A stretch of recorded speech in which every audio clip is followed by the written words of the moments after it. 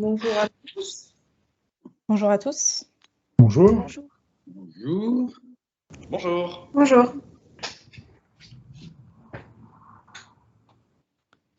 Donc, nous allons commencer dans 1 minute. Oui.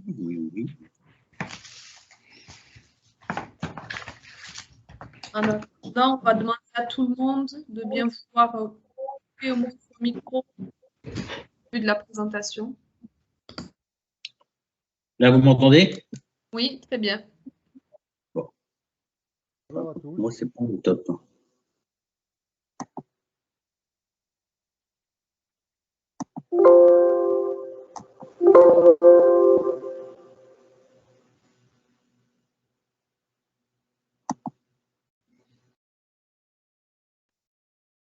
C'est calme.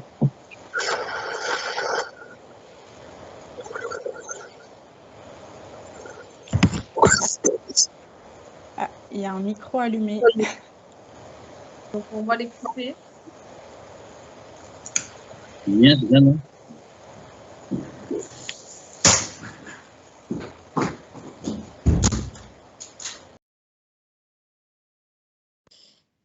Je pense qu'on va commencer. Il est 32 et puis ça fera arriver les retardataires. Donc, bonjour à tous. Bienvenue donc à cette deuxième édition de la semaine du e-commerce alimentaire par Haddock. Donc, petit rappel. Donc, bien penser à couper son micro et sa caméra pendant l'intervention. Évidemment, vous pourrez poser toutes vos questions sur le chat de Teams.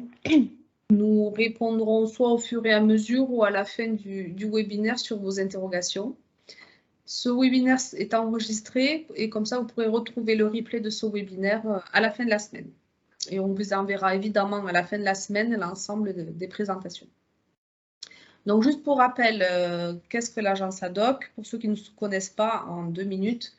Donc, l'agence Haddock est l'agence de développement économique de la région Occitanie. Notre objectif est vraiment d'accompagner les entreprises de la région sur leur développement économique, de la création, du développement, de la reprise, de l'innovation, etc. Donc, le but est vraiment de développer de la valeur ajoutée en région. Donc, nous, au département des marchés agroalimentaires et agricoles, notre mission est de vous accompagner dans votre développement commercial au régional, au national et à l'international avec 3 outils. Donc, on vous propose 3 outils, la structuration, la prospection et la promotion. Sur ces 3 volets, la structuration pour vous aider en fait à bien définir votre stratégie, cibler vos pays, etc. Une fois que vous avez ciblé, que votre stratégie est élaborée, on vous propose des outils de prospection pour développer le B2B. Donc, par exemple, on organise des conventions d'affaires en B2B ou des salons internationaux. Et enfin, le volet promotion, une fois que vous êtes référencé dans les enseignes ou circuits de distribution, on vous accompagne en mettant en place des outils de promotion, des campagnes publiques promotionnelles dans ces circuits de manière collective. Si vous voulez plus d'informations, on vous a mis notre mail marché-agroalimentaire@agencehadock.com. N'hésitez pas à nous envoyer un mail ou nous poser des questions à la fin de cette présentation. Donc aujourd'hui, nous sommes le 2e jour de la semaine du e-commerce. Donc hier, nous avons fait le Royaume-Uni. Aujourd'hui, c'est la France avec un focus bio et circuit court, donc qui va être présenté par Mélodie Mercury, avec un témoignage pour de bon, donc qui va nous présenter sa marketplace. Donc monsieur le CEO, monsieur Nicolas Machard, qui va nous rejoindre sur la 2e partie de ce webinaire. Et enfin, demain, nous attaquerons l'Amérique du Nord avec un focus États-Unis, avec une petite présentation du Canada et avec un témoignage de la marketplace américaine, le panier français. Voilà les informations d'aujourd'hui. Et je vais passer la parole à Mélodie qui va vous présenter le webinaire aujourd'hui. Merci beaucoup, Julie. Bonjour à tous et merci de vous être connectés. Donc, comme on vous l'a dit, c'est la deuxième année que l'on organise cette semaine du e-commerce alimentaire. Et l'an dernier, nous avions déjà eu un premier webinaire sur le marché français du e-commerce, mais nous avions fait un focus en particulier sur le circuit Drive. Pourquoi? Tout simplement parce que le Drive, donc des enseignes de grande distribution généraliste de type Leclerc, Carrefour, représente aujourd'hui près de 80% des ventes alimentaires en France. Donc c'est pour ça que nous avions fait ce focus, un focus très détaillé. Donc là, l'idée, c'est pas de re-rentrer dans ce détail-là, mais bien d'aller explorer d'autres débouchés. Si vous n'aviez pas eu la présentation de l'an dernier, et si vous voulez plus d'éléments et de détails sur le circuit Drive, n'hésitez pas à nous le demander à l'issue de cette présentation. Cette année, nous avons choisi du coup de nous concentrer sur deux sujets. Le premier, c'est les acteurs de la bio en ligne. On va voir que la grande distribution généraliste et le Drive est encore bien présente, mais qu'il y a des opportunités ailleurs, et notamment pour les produits régionaux bio. Ce focus nous a paru intéressant, d'autant plus que le bio surperforme en ligne, comme on va le voir, et que les ventes de produits bio sont compliquées et ralentissent en magasins spécialisés bio ces derniers mois. Donc finalement, c'est aussi une façon pour nous de vous proposer d'autres sources de croissance sur le bio, et donc en e-commerce.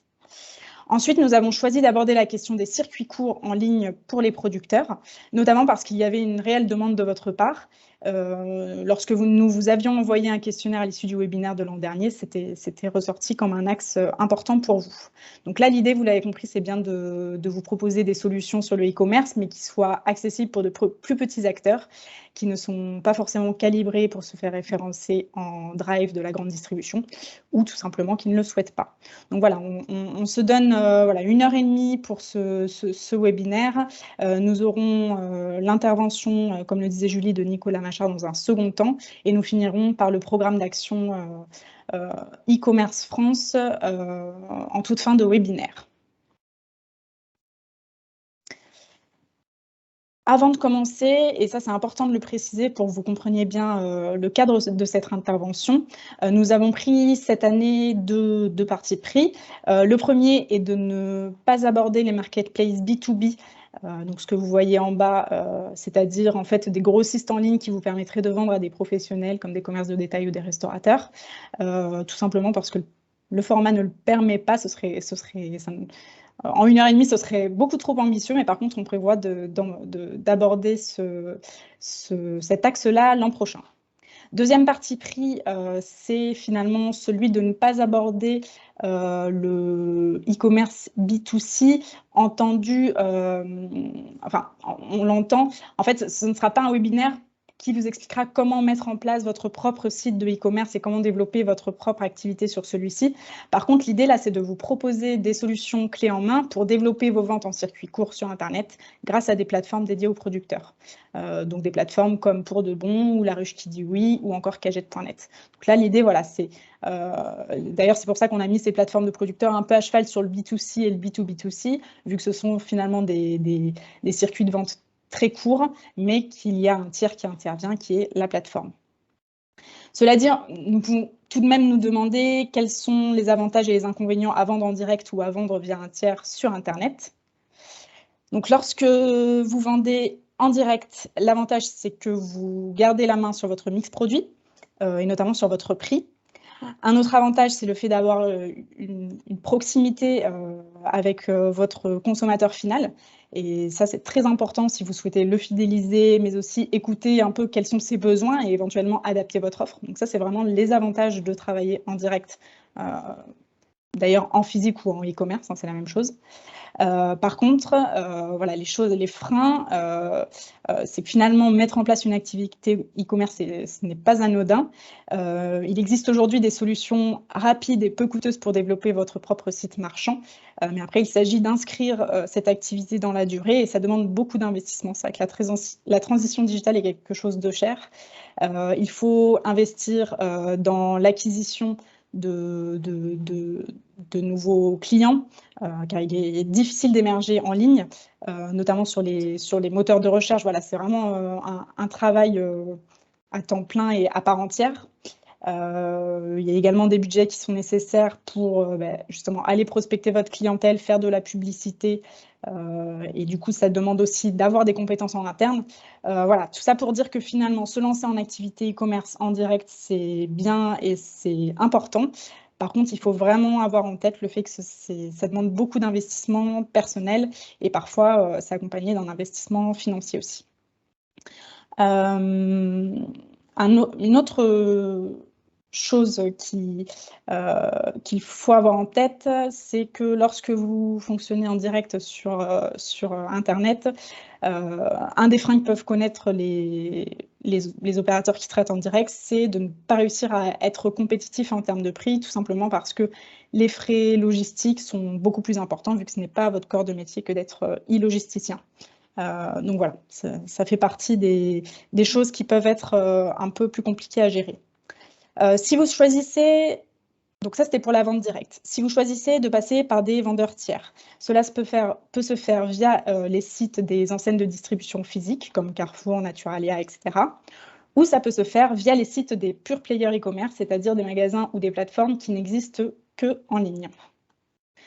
Donc, dans le cas des sites e-commerce des enseignes physiques, l'avantage, c'est de commercialiser auprès d'une cible très large, puisque ces enseignes sont connues du grand public.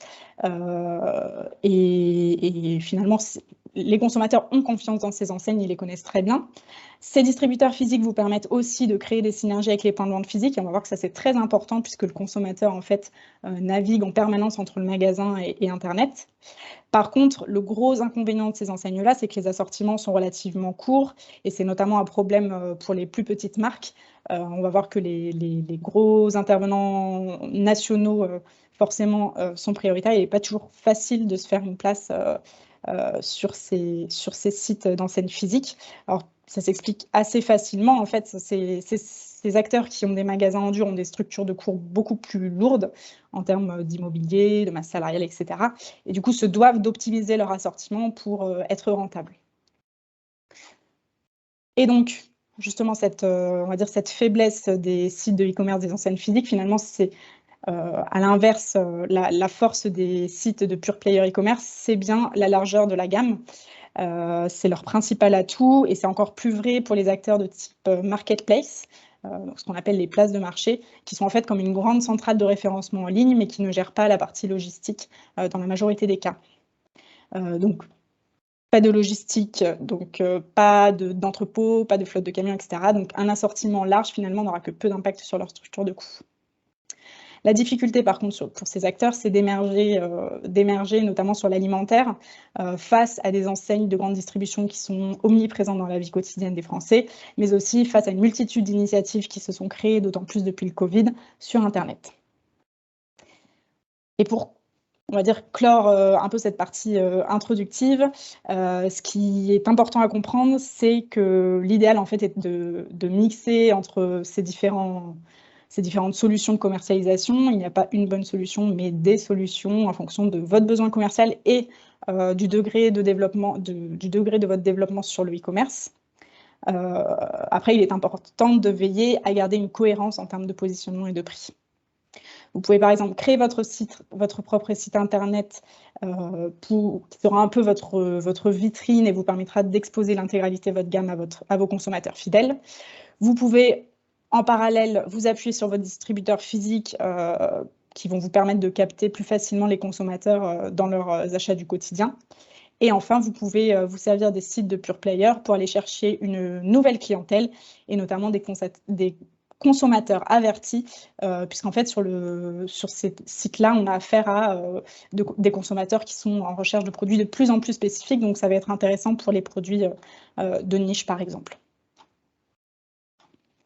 On va rentrer un peu plus dans cette première partie. Alors là, ce sera un peu plus une première partie étude de marché pour avoir les grands chiffres et une vision d'ensemble du marché du e-commerce alimentaire en France, généraliste au départ, et on rentrera dans le détail de la bio ensuite. Donc 2020, on le sait, ça a été une année particulière avec ces deux confinements. Ces confinements, d'ailleurs, ont accéléré la transformation digitale de toutes les entreprises et notamment de celle du commerce de détail. Ça, on a fait ce constat-là partout dans le monde. C'est ainsi qu'au niveau mondial, le poids du e-commerce est passé de 13 à 18%, tiré notamment par des pays comme la Chine, qui a atteint 50% de part de marché de e-commerce en 2020.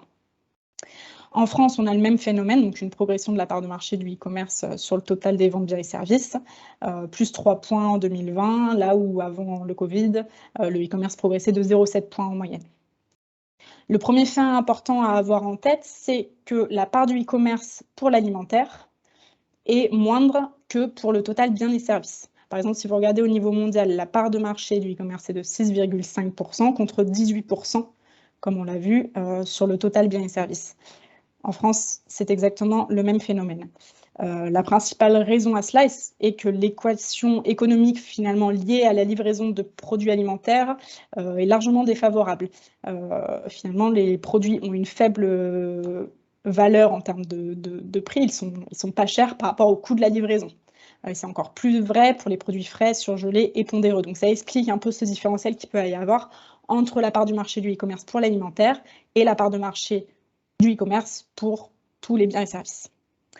Deuxième fait important, c'est que l'on remarque que la part de marché du e-commerce sur l'alimentaire est plus importante en France que la moyenne mondiale. On est à 7,8% en France contre 6,5% au niveau mondial. Cela s'explique par le fait que le e-commerce alimentaire en France, on l'a dit, est dominé par le système de drive.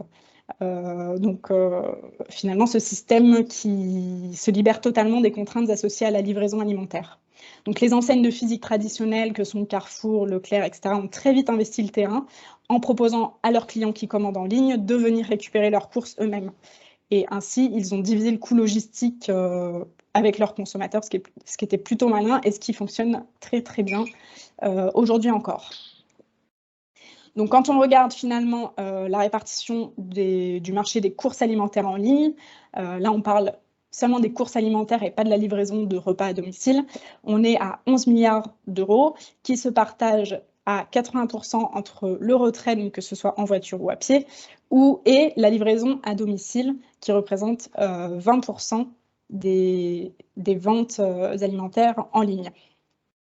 Dans ces 20%, on a la moitié qui sont des box à cuisiner et l'autre moitié qui sont les livraisons des enseignes physiques en fait ou des enseignes de pure player. Pour ceux qui ont suivi le webinaire Royaume-Uni hier, c'était l'inverse totalement, vu qu'au Royaume-Uni, on était à 20% en click and collect et 80% en livraison à domicile. Donc là, on est vraiment sur une spécificité française. Sur la partie livraison, donc si vous suivez un petit peu l'actualité des distributeurs et des enseignes, depuis l'an dernier, tout le monde parle du quick commerce, donc on va l'aborder rapidement, mais vous allez voir que ce n'est pas forcément une opportunité pour les producteurs régionaux ni pour la bio, ou du moins ça ne l'est pas encore, c'est à suivre. Donc, le principe du e-commerce, du quick commerce, pardon, c'est de livrer les courses aux consommateurs en 15 minutes. Donc, une promesse très ambitieuse. Cela ne concerne aujourd'hui que les grandes métropoles. Et finalement, comment ces sociétés arrivent-elles à tenir cette promesse? C'est en maillant le territoire sur lequel elles sont, soit avec ce qu'on appelle les dark stores. Donc, en fait, ce sont des supermarchés d'environ 300 mètres carrés fermés au public, qui sont comme de mini-entrepôts implantés au cœur des villes. En général, il y a 2000 produits du quotidien, donc vraiment une gamme hyper restreinte et hyper basique. Donc, le maillage passe soit par les dark stores, soit par des magasins classiques, des enseignes traditionnelles comme Monoprix, Carrefour, lorsqu'elles ont signé des accords de partenariat avec ces sociétés du quick commerce que je vous ai encadré là en rouge. On prend l'exemple notamment de Carrefour et Cajoo qui se sont rapprochés quelques mois à peine après la création de Cajoo. J'ai pris cet exemple-là puisqu'en fait, c'est le seul acteur du commerce français avec Frischti. Voilà. Et en plus, Cajoo vient à la conquête de Toulouse et de Montpellier. Donc, voilà, ce sont des acteurs qui arrivent dans nos métropoles. Et qui viennent en fait conquérir les centres urbains. L'idée, c'est bien d'aller là où les drives classiques ne sont pas. Et ça vient compléter un peu les initiatives qui sont mises en place sur les drives piétons. Voilà, donc investir les centres-villes. Les assortiments sont très très courts, donc finalement ça ne représente pas encore une opportunité pour les entreprises régionales. Seuls les blockbusters nationaux aujourd'hui peuvent prétendre être dans ces 2000 références. Par contre, on est dans un univers très concurrentiel et qui évolue vite. Donc peut-être que demain, ces acteurs devront se différencier avec une offre un peu plus qualitative, voire bio et locale, pour satisfaire ces cibles urbaines qui ont beaucoup de pouvoir d'achat. Donc c'est vraiment un phénomène à suivre, mais qui pour l'instant, ne nous intéressera pas plus que ça. Ensuite, il est intéressant, toujours pour continuer sur cette partie généralité sur le e-commerce et bien comprendre les logiques, il est intéressant de dézoomer et de regarder un peu ce qui se passe au niveau des circuits physiques. Donc là, ce sont des chiffres, alors ce qu'on appelle PGCFLS, donc c'est produits de grande consommation frais libre service. Donc finalement, c'est à 90% de l'alimentaire et ça donne vraiment une très bonne tendance de ce qui se passe sur l'alimentaire. Donc, on observe, si vous regardez la deuxième ligne du tableau, qu'en 2020, tous les canaux physiques et digitaux étaient en progression. Avec le confinement et la fermeture des restaurants, on a eu finalement la consommation alimentaire qui s'est recentrée au domicile, donc ça s'explique très bien. En 2021, la première ligne du tableau, on revient sur une consommation à peu près stable à moins 0,3%. Et le e-commerce, lui, continue de progresser, même si c'est dans une moindre mesure par rapport à 2020, qui était une année vraiment atypique. On a deux explications à ce dynamisme du e-commerce. Le premier, c'est que le circuit a réussi à fidéliser les nouveaux consommateurs qui étaient venus pour la première fois pendant la crise sanitaire en 2020. C'est 58% des nouveaux acheteurs venus en 2020 sur le e-commerce qui sont revenus en 2021. Donc ça, c'est plutôt une bonne nouvelle. Deuxième, on va dire, explication de ce succès du e-commerce sur l'alimentaire, c'est que la crise sanitaire a permis d'élargir la cible e-commerce, donc il y a un potentiel beaucoup plus large. Traditionnellement, on est plutôt sur une cible jeune, urbaine ou périurbaine, avec beaucoup de jeunes familles. Avec la crise sanitaire, on a acquis une cible qu'on n'avait pas jusqu'à présent, qui est celle des plus de 50 ans sans enfants à charge et qui représente un vrai potentiel de croissance sur le e-commerce. Pour vous illustrer cela, avant la crise, cette catégorie représentait 12% des dépenses en ligne et après la crise, c'est 18%. Donc finalement, ce sont des gros acheteurs qui ont du pouvoir d'achat et qui du coup peuvent représenter un vrai potentiel, et notamment pour les produits régionaux. C'est vrai que sur cette cible de plus de 50 ans sans enfants à charge, on a vraiment une corrélation entre finalement le bien manger en général, c'est une cible pour qui le bien manger est important et qui peut, entre guillemets, se le permettre vu que le pouvoir d'achat est plus important. Pour finir, au-delà de ces taux de croissance, quand on regarde la part de marché de chaque circuit, donc c'est les barres en rouge, on observe que 90% du commerce alimentaire de détail reste malgré tout en magasin. Donc, il est vraiment important de ne pas oublier le magasin. Là, c'est un webinaire sur le e-commerce, mais on ne va pas vous dire de ne jouer que sur le e-commerce. L'idée, c'est vraiment que les deux circuits soient complémentaires, d'autant plus que le consommateur mixe vraiment les deux et fait sans cesse l'aller-retour. Donc, la complémentarité des circuits online et offline. Donc, même si, vous voyez sur la droite, le trafic et les dépenses en ligne ont explosé ces 2 dernières années, ce n'est que 0,2% des foyers français qui font leurs courses exclusivement en ligne. Donc, c'est quasiment rien. En fait, en général, le Français soit fait ses courses exclusivement en magasin, soit mixe le magasin et Internet, et c'est de plus en plus le cas puisque cet indicateur a gagné 6 points en 2 ans. Donc ce phénomène justement d'aller-retour entre ces deux circuits, c'est ce qu'on appelle le consommateur omnicanal. Et finalement, ça nous montre une chose, c'est que la vocation des magasins physiques change. Aujourd'hui, vous allez plus attendre du magasin physique qu'il crée l'événement, qu'il génère de l'achat d'impulsion, et finalement l'expérience d'achat sera importante, notamment sur les catégories qui sont un peu plus faibles en e-commerce, à savoir les produits frais, la zone marché, etc. Donc en fait, il faut vraiment que les circuits se complètent et apportent des choses différentes aux consommateurs. Voilà, après cette rapide introduction sur le marché e-commerce alimentaire en France en général, on va rentrer dans le marché du bio.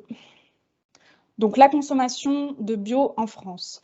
Là, je parle d'abord tout circuit. Donc c'est un marché qui pèse 12,3 milliards d'euros et finalement le bio représente 6,5% des ventes de PGC, tout circuit confondu, donc magasin, internet, tout est ensemble. En 2021, pour la première fois depuis un moment, la croissance du marché du bio a ralenti. On était, c'est vrai, ces dernières décennies sur des croissances à 2 chiffres.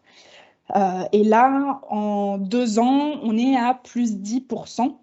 Donc si on lisse, on est à peu près plus 5% par an, ce qui est bien en dessous des performances auxquelles nous avait habitué le marché du bio.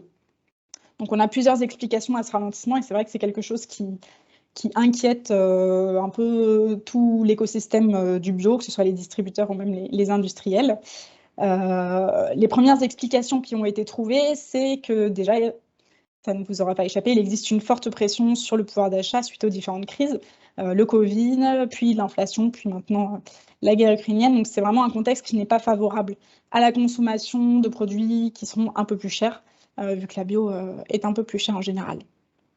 Ensuite, deuxième explication qui est ressortie dans les analyses des spécialistes, c'est que finalement, le bio est confronté à la concurrence d'une multitude de nouveaux labels sur le terrain du consommer responsable et des labels qui parfois offrent des prix plus accessibles.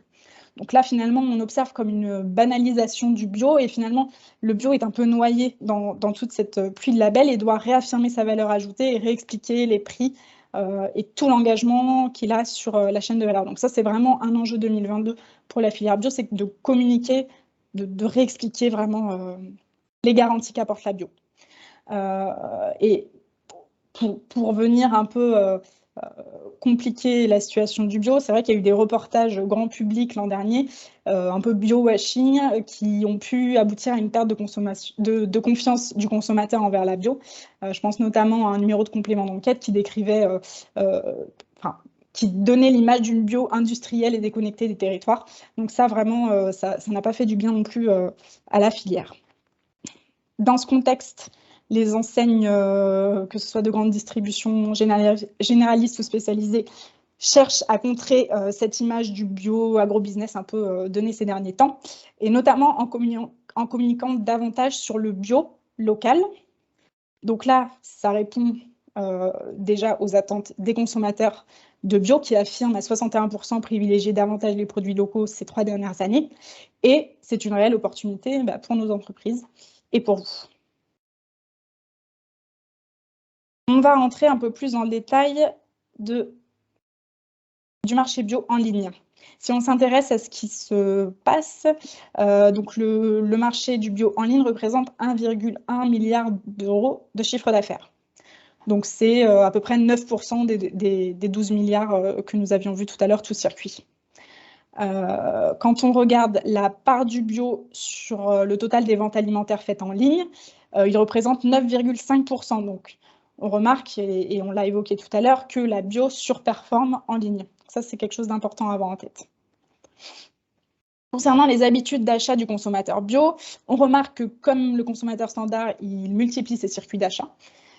Et quand on leur demande les circuits qu'ils fréquentent au moins une fois par mois pour leurs achats bio, ils répondent en premier la grande distribution à 82%, puis les artisans, le marché, puis viennent les magasins spécialisés, 43% des consommateurs y vont au moins une fois par mois, et enfin les circuits online que j'ai encadrés en rouge.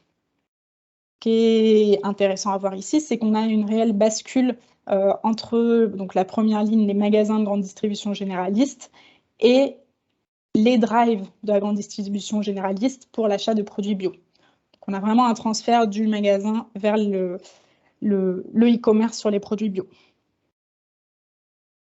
On va maintenant regarder un peu quels sont les acteurs de la bio. Donc, on a la grande distribution généraliste, les enseignes spécialisées et les autres acteurs. Donc, on va d'abord regarder ce qui se passe sur le tout circuit.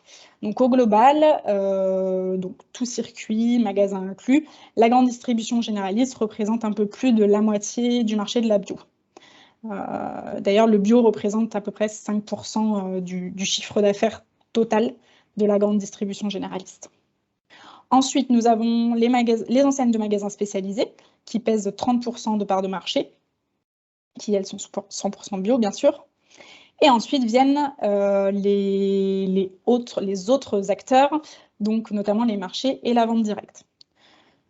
Quand on regarde maintenant comment se répartit ce marché du bio, mais en ligne cette fois-ci, on observe que les enseignes de bio spécialisées, finalement, ne pèsent presque rien. Là où elles pesaient 30% tout circuit confondu, elles ne pèsent que 1% en ligne. Donc là, vraiment, on a un phénomène qui est très important à comprendre. C'est que finalement, les parts de marché qu'avaient les magasins spécialisés tout circuit ont totalement été captées par le drive de la grande distribution généraliste. Aujourd'hui, donc la grande distribution généraliste en ligne pèse pour 83% du bio. Donc, je vous ai dit qu'on n'allait pas trop reparler de drive, mais il faut quand même avoir en tête qu'ici encore, le drive de la grande distribution généraliste est incontournable, en fait. Donc là, maintenant, l'idée, c'est de comprendre ce qu'il s'est passé et de voir comment cette bascule et cet écart a pu se créer entre ces deux types d'acteurs. Donc, nous finirons ensuite... donc, nous commencerons par justement étudier un peu quelles sont les opportunités et comment vous pouvez travailler les produits bio avec les sites de ces enseignes physiques. Et ensuite, nous verrons dans un deuxième temps comment travailler avec les pure players e-commerce spécialisés en bio. Donc, nous rentrons un peu plus dans le détail des acteurs sur ce marché de la bio en ligne. Donc, je vous ai dit qu'on allait essayer de trouver des explications déjà pour comprendre ce qui s'est passé sur les enseignes spécialisées sur le e-commerce. Ce qui a frappé dans la slide précédente, c'est l'écart qu'il existe entre la grande distribution spécialisée et la grande distribution généraliste sur le e-commerce. Ça s'explique par plusieurs facteurs. Déjà, quand on regarde le CA tout produit, le chiffre d'affaires tout produit de la grande distribution généraliste comparé à la grande distribution spécialisée, on est vraiment sur une force de frappe financière qui n'a rien à voir. Bon, c'est très facilement compréhensible vu que en plus de la bio, les grandes surfaces généralistes ont le conventionnel. Donc, on va dire que voilà, la force de frappe financière est déjà plus importante. Et quand on regarde les acteurs de ces deux types de circuits, dans le cas de la grande distribution généraliste, on est aussi sur beaucoup plus d'acteurs qui pèsent relativement lourd et qui, du coup, ont la capacité d'investir dans cette transition digitale qui est très chère et dont le retour sur investissement était complètement incertain à ses débuts. Au contraire, quand on regarde un peu l'univers des enseignes spécialisées, à part Biocoop qui pèse 40% de part de marché, on est sur un ensemble de petites enseignes qui, du coup, n'ont pas forcément les capacités financières pour faire un tel investissement. Donc ça, c'est une première explication. Au-delà de cette capacité financière, il y a aussi autre chose qui a creusé un peu cet écart sur le e-commerce entre ces deux types d'acteurs. C'est la philosophie finalement des enseignes vis-à-vis du e-commerce. Elle n'est pas du tout la même. Les enseignes de grande distribution généraliste ont très tôt cru au e-commerce et y ont investi parce qu'elles avaient les moyens, mais aussi ont intégré le e-commerce dans une stratégie omnicanale où les circuits online et offline se complètent pour satisfaire le consommateur. On l'a vu un peu plus tôt. Donc ça, très vite, les enseignes généralistes ont misé dessus. À l'inverse, les enseignes spécialisées, elles, ont toujours laissé le magasin physique, qui est vraiment leur point fort, avec beaucoup de conseils et beaucoup de spécialisation, en fait. Elles ont laissé ce magasin physique au cœur de leur stratégie et finalement ont envisagé le e-commerce plus comme un service rendu à leurs clients existants et pas du tout comme une façon de recruter ou de développer du chiffre. Ça s'explique peut-être certainement aussi parce que finalement, l'impact écologique du e-commerce n'est pas neutre, notamment avec la livraison, les emballages, etc. Donc, le e-commerce va peut-être aussi à l'encontre de ce que prônent un peu ces enseignes spécialisées. Résultat, ils y sont allés un peu à reculons pendant le Covid à la demande des clients. L'investissement s'est fait un peu en demi-teinte. Donc là, je vous ai mis des petits logos pour dire si les enseignes y sont allées ou pas. Et on note notamment 3 enseignes qui ont essayé de lancer une activité e-commerce pendant le Covid et finalement qui ont très vite abandonné pour se recentrer sur leur magasin physique. Donc résultat, dans l'univers de la grande distribution généraliste, tous les acteurs proposent des solutions e-commerce et c'est plus de 90% du parc qui propose soit du drive, soit du click and collect, etc. Donc on va dire que la quasi-intégralité du parc est équipée, à l'exception des discounters qui ne se sont pas encore lancés là-dessus. À l'inverse, sur les magasins spécialisés, c'est seulement 20% du parc de ces magasins spécialisés qui proposent du click and collect. Donc nous allons voir un peu maintenant de façon très rapide comment travailler avec chacun de ces acteurs sur le e-commerce. On va commencer par les enseignes de drive de la grande distribution généraliste. Donc si vous souhaitez travailler avec eux, il y a quelques éléments à avoir en tête. La première chose, on l'a dit, c'est que en gros, quand on dit e-commerce avec les enseignes généralistes, c'est à 91% du drive. Et l'achat drive, c'est un achat un peu spécifique. On l'a largement abordé lors du premier webinaire, donc là, l'idée, ce n'est pas de revenir dessus en détail, mais en résumé, l'acheteur drive fait des courses de routine, de fond de placard listés. Il a un type de produit en tête, une marque, enfin, il y a vraiment peu de place pour la découverte et pour l'achat d'impulsion. Donc ça, c'est quelque chose d'important. Et avant de vouloir travailler avec les drives de la grande distribution généraliste, il faudra vous demander si vos produits finalement sont compatibles avec ce mode de fonctionnement-là et cette spécificité de l'achat drive.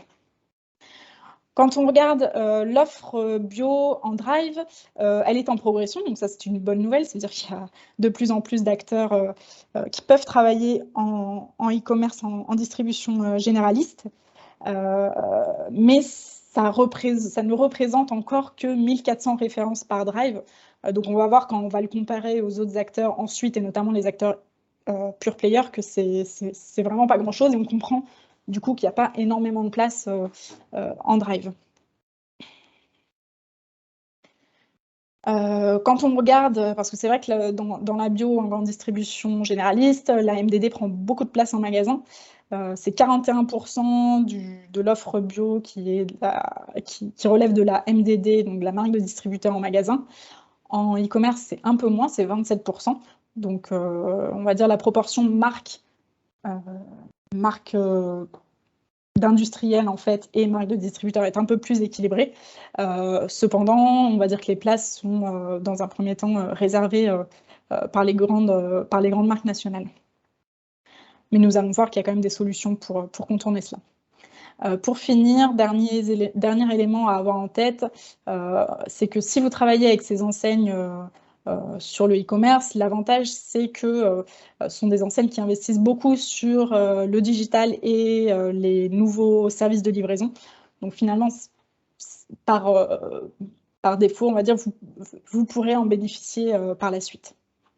Donc finalement, le circuit drive n'est pas forcément favorable au référencement de petites marques puisqu'il y a peu de place. Mais comme je vous le disais, il y a de plus en plus de marge de manœuvre en local et c'est important de se le noter. Donc là, le premier pool d'enseignes que je vous ai mis, Auchan Drive, Chrono Drive et Intermarché Drive, finalement, là, les assortiments sont nationaux, donc c'est très compliqué. Il n'y a pas de marge de manœuvre en local pour développer l'offre en local. Par contre, vous pouvez négocier des assortiments en direct point de vente chez les enseignes de Leclerc Drive, Carrefour Drive et U-Drive. Donc ça, c'est plutôt intéressant à savoir. L'approche ne se fera pas tout à fait de la même façon. Donc si le drive est accolé au magasin, c'est-à-dire que les paniers drive sont constitués dans le supermarché en direct, il vous suffira du coup de vous rapprocher de vos interlocuteurs habituels, les chefs de rayon, etc., pour justement que votre offre soit dupliquée sur le drive du magasin. Si jamais vous êtes sur un drive, ce qu'on appelle déporté, Donc, c'est principalement le cas des drives Leclerc. Donc, c'est quand le drive est totalement déconnecté du magasin physique ouvert au public. Là, il s'agira juste d'aller le démarcher comme vous le feriez pour un magasin classique. Donc, de contacter le responsable du drive et de négocier en direct. L'avantage de travailler avec ces enseignes, c'est que vous touchez une clientèle large, vous bénéficiez d'une bonne image prix auprès des consommateurs aussi, d'outils performants, et vous bénéficiez d'un modèle drive qui fonctionne vraiment très bien sur l'alimentaire. L'inconvénient, on l'a dit, c'est l'offre qui est relativement restreinte, et aussi l'image de ces enseignes, notamment chez les consommateurs bio les plus engagés. Voilà, ces enseignes-là n'ont pas forcément la meilleure image qui soit pour ces consommateurs engagés. On va passer sur les enseignes spécialisées bio maintenant. Donc, je vous l'ai dit, 20% du parc est équipé d'une solution e-commerce. Là, on est du coup sur 5-6 000 références en moyenne sur le e-commerce des magasins spécialisés, tout simplement parce que c'est la réplication de l'assortiment magasin. Au niveau des enseignes, donc ça commence, voilà, les initiatives commencent à se mettre en place, mais relativement tardivement par rapport à la grande distribution généraliste. Naturalia est l'enseigne aujourd'hui la plus avancée. Alors ça s'explique notamment parce qu'elle fait partie du groupe Monoprix Casino. Donc forcément, voilà, on a un potentiel plus important derrière. Ils ont mis en place le click and collect, mais ils sont aussi en train de développer la livraison, notamment grâce à leur boutique sur Amazon. En fait, quand vous allez sur Amazon, vous pouvez directement rentrer sur une boutique Naturalia qui vous permet ensuite d'être livré sur ces produits. Donc, bien sûr, ça va venir drainer un trafic supplémentaire sur les produits Naturalia. Deuxième acteur, c'est le leader des enseignes bio en France, Biocoop, qui avait pris beaucoup de retard sur la digitalisation et qui aujourd'hui a accéléré son équipement et qui s'est mis pour objectif d'atteindre 100% de click and collect d'ici 2024, d'ici 2 ans. Ils sont aussi en train de tester la livraison sur 30 points de vente, mais toujours dans un périmètre très restreint autour du magasin. Ensuite, nous avons 4 autres enseignes qui se développent aussi sur le click and collect. Vous remarquerez, il n'y a jamais de drive, on est vraiment à chaque fois sur le click and collect et à la marge sur des tests sur la livraison. Voilà, ces 4 enseignes représentent 14% du marché. Donc, c'est important à avoir en tête également. Et enfin, même si les enseignes SoBio et BioC'estBon n'ont pas d'activité e-commerce pour le moment, leur rapprochement avec le groupe Carrefour et du coup Greenwiz, on en reparlera, pourrait déboucher sur de nouveaux projets en matière de digital. Donc, à suivre, il n'est pas impossible qu'il se passe quelque chose d'intéressant au niveau de ce groupe d'enseignes. Pour être présent sur le e-commerce avec les enseignes, il suffit donc d'être référencé en magasin. Voilà, c'est soit au niveau du national, au niveau de la centrale d'achat, donc ce sont des négociations annuelles, process relativement long, soit en local, et ça c'est encouragé par les enseignes, les magasins sont incités à faire du direct avec les producteurs. Donc si vous allez négocier avec le magasin, ensuite il y a de grandes chances que votre offre soit répliquée en e-commerce sur les sites de ces enseignes. L'avantage de passer par ces enseignes, c'est qu'elles ont une vraie sensibilité aux offres spécifiques et aux petites structures agroalimentaires. Ce sont des circuits qui sont plus militants. Par contre, en matière de e-commerce, on l'a vu, elles ne pèsent presque rien pour l'instant. Donc, à voir si une accélération s'opère. Mais voilà, en tout cas, ces solutions existent. Il s'agit maintenant de capitaliser là-dessus. Donc, du coup, le consommateur, quand il a constaté finalement que les enseignes physiques de bio spécialisées n'étaient que peu présentes en ligne, les 3/4 des clients de ces circuits spécialisés se sont alors tournés vers des sites e-commerce pure player qui sont spécialisés en bio. Donc, c'est la première barre du graphique. Et donc, on va détailler un peu quels sont les acteurs pure player de la bio en e-commerce. Donc, quand on regarde le marché des pure players, donc on a dit que ça représentait 12% du bio vendu en ligne. Il se répartit donc entre Des pure players spécialisés dans la bio, c'est 3/4 du marché des pure players qui est sur ces acteurs spécialisés, et 1/4 qui est sur des pure players généralistes. Je rappelle, pure players sont des acteurs qui n'existent qu'en e-commerce, qui n'ont pas de magasin en dur. Donc, quand on regarde, c'est 75%, donc le gros du marché finalement est fait par 4 acteurs en France. On a le premier acteur qui est Greenwiz, qui est archi leader avec 66% de part de marché sur les pure players spécialistes. Au départ, Greenwiz était un e-commerçant classique avec une offre, des entrepôts et une logistique internalisée. Et depuis l'an dernier, ils sont passés marketplace, donc on va revenir en détail sur cet acteur juste après. Ensuite, nous avons un ensemble de 3 e-commerçants qui fonctionnent sur un modèle d'abonnement. Donc, il y a à peu près les mêmes parts de marché, La Fourche, Aurore Market et Casidomi. On y reviendra également.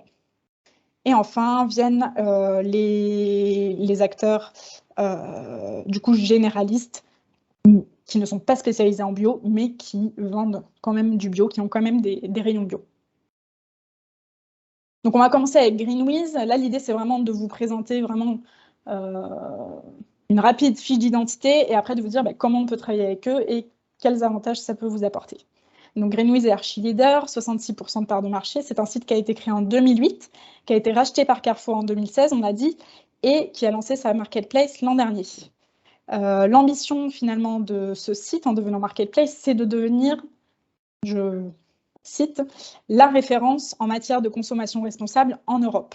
Et en effet, là, on parle de la France aujourd'hui, mais Greenwiz est leader européen de la vente de produits bio en ligne, suite notamment au rachat de leaders locaux en Italie et dans la péninsule ibérique. Donc, ils sont présents aujourd'hui en France, mais aussi en Italie, en Espagne, au Portugal et en Belgique avec la marketplace. Le chiffre d'affaires a été multiplié par 10 en 5 ans, donc une dynamique très importante. C'est important de l'avoir en tête au moment où le marché de la bio en magasin est plutôt en peine. Avec en plus l'ouverture de la marketplace, ça devrait encore plus exploser. Donc, si vous voulez travailler avec Greenwiz, il y a un cahier des charges à respecter. Quand on vous enverra les liens, je vous ai mis le lien vers le cahier des charges vers le site. Donc, c'est forcément des labels à respecter, des dates limites de consommation, etc. Mais aussi, l'élément important à avoir en tête, c'est que Greenwiz demande d'avoir des gammes spécifiques pour réseaux spécialisés bio. Donc, les gammes, si vous travaillez par exemple des gammes bio avec Carrefour ou autre, vous ne pourrez pas leur proposer. Ils veulent vraiment des gammes qui soient spécifiques pour les circuits spécialisés. C'est pour ça d'ailleurs que beaucoup d'industriels producteurs de bio ont 2 marques différentes. Une marque pour les réseaux généralistes et une marque pour les réseaux spécialisés. Donc en fait, c'est exactement la même chose qui se passe en ligne. Ensuite, vous pouvez soit vous faire référencer sur le supermarché, c'était l'activité initiale de Greenwiz, on l'a dit, donc là je vous ai remis l'adresse, ils sont assez réactifs pour les avoir contactés. Après, ce que m'ont dit à chaque fois les acteurs pure players que j'ai contactés, c'est qu'ils croulent sous les demandes, donc oui, ils répondent, mais après le temps de traiter les dossiers en demande de référencement, ça peut prendre un peu de temps. Voilà, mais il faut vraiment avoir en tête qu'ils sont relativement accessibles de façon directe. Donc, si vous avez donc soit l'option du supermarché, soit l'option de la marketplace, et dans ce cas, c'est à vous de gérer la logistique. Alors, c'est vrai que certaines marketplaces proposent de gérer la logistique. Là, pas du tout. C'est vraiment à vous de vous débrouiller là-dessus. D'ailleurs, à ce sujet, c'est vrai que c'est pas le sujet du jour, mais l'agence ADOC, et notamment dans le cadre du programme régional de l'industrie du futur, a mis en place en janvier dernier un webinaire dédié à la logistique e-commerce, en fait. Et dans ce cadre, en fait, des logisticiens et des gestionnaires de flux ont présenté leurs solutions pour répondre sur le e-commerce. Donc, c'est vrai que si vous voulez vous référencer sur des marketplaces, notamment comme Greenwiz, forcément, ça va générer des commandes beaucoup plus importantes d'un coup. Les flux vont être d'autant plus complexes à gérer. Donc, vous pouvez le gérer en direct, mais sachez aussi qu'il y a des professionnels avec lesquels nous sommes en relation au niveau régional dont c'est le métier, de gérer les flux, de gérer les expéditions, etc. Donc, si vous voulez plus de précision et éventuellement des supports de ce webinaire e-logistique, de la même façon, n'hésitez pas à me le demander. Alors, les avantages de vente sur Greenwiz. Donc, premier avantage, c'est le leader de la vente de produits bio en ligne. Donc, ce n'est pas rien, ils ont une bonne notoriété du coup, notamment au niveau des clients des magasins spécialisés. Deuxième avantage, la largeur de l'offre. Alors, c'est vrai, bien sûr, pour la marketplace, où là, comme il n'y a pas de structure logistique, on est presque sur une offre illimitée. Ils ont un objectif de 300 000 références à terme, donc c'est juste énorme. Mais c'est aussi vrai pour le supermarché en ligne. Ils ont 15 000 références sur le supermarché. Pour rappel, le nombre de références bio en moyenne sur un drive, c'est 1400. Sur un click and collect des magasins spécialisés, c'est 5000. Là, on est à 15 000. Donc, vous voyez bien que finalement, il y a beaucoup plus de place, et notamment pour des plus petits acteurs. Voilà, ça c'était pour la marketplace Greenwiz. Si vous avez des questions, bien sûr, n'hésitez pas dans le chat.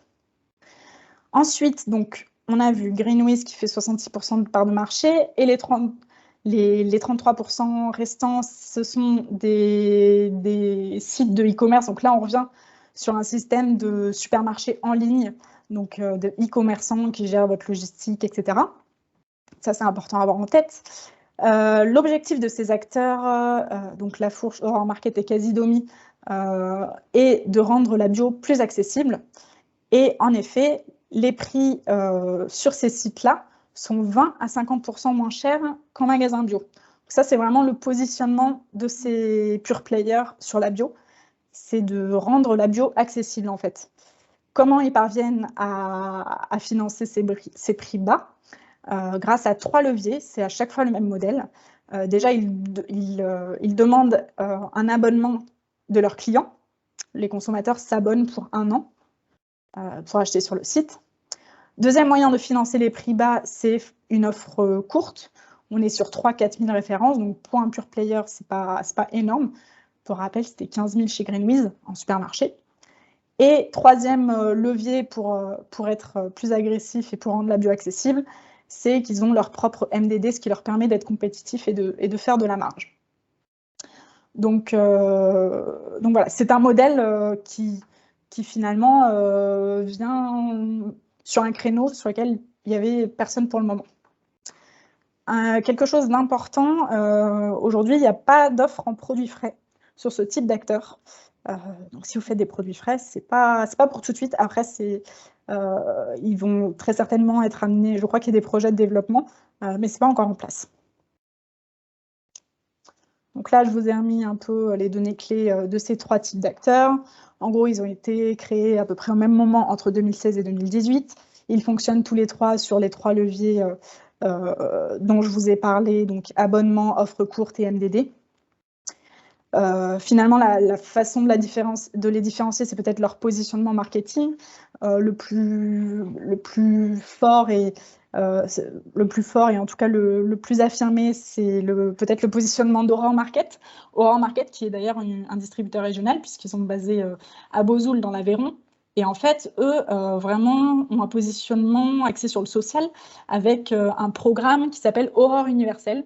Donc, en gros, à chaque fois qu'un consommateur souscrit un abonnement, ça offre un abonnement gratuit à une famille modeste. Donc ça, c'est un peu voilà, l'axe de communication d'Aurore Market, et c'est vraiment ancré dans l'ADN du projet. Ensuite, si on regarde Casidomi, donc eux, ils sont un peu plus, on va dire, ils ont une approche un peu plus globale, et d'ailleurs, ils ne font que 52% d'alimentaire, là où Aurore Market et La Fourche sont plus à 80%. Et là, Casidomi, lui, se propose d'accompagner les consommateurs dans leur transition. Et ils ont notamment beaucoup de contenu. Donc ça, c'est si vous avez des produits avec un discours produit, pédagogique, etc. important, Casidomi l'anime très très bien.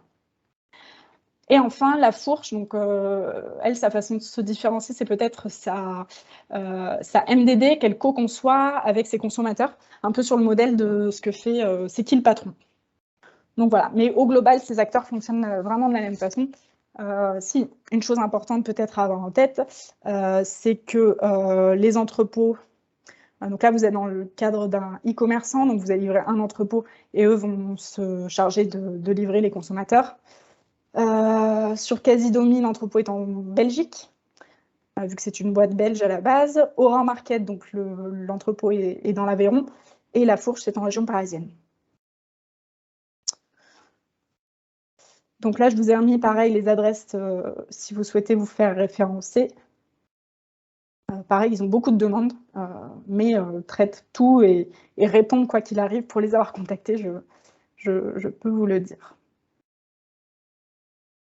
Les avantages du coup de travailler avec ces enseignes-là, c'est que vous touchez, finalement, vous rentrez un peu dans une dynamique de rendre la bio accessible, donc il y a un côté social un peu qui est intéressant.